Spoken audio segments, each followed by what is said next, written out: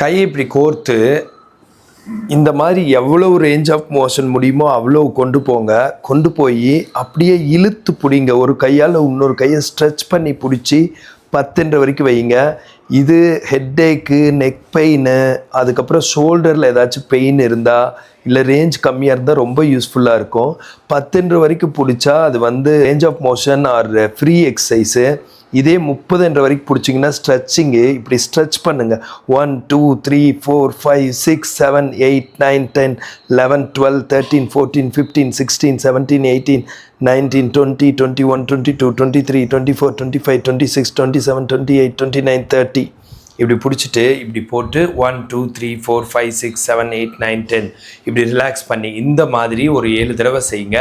நிறைய இங்கே இருக்கிற பெயின் எல்லாம் உங்களுக்கு குறையும். இந்த மாதிரி ஹெல்த் டிப்ஸ் வேணா ஃபாலோ பண்ணுங்கள். ஃபிசியோதெரப்பி கன்சல்டேஷன் வேணா கால் பண்ணுங்கள். This is Prakash, physiotherapist.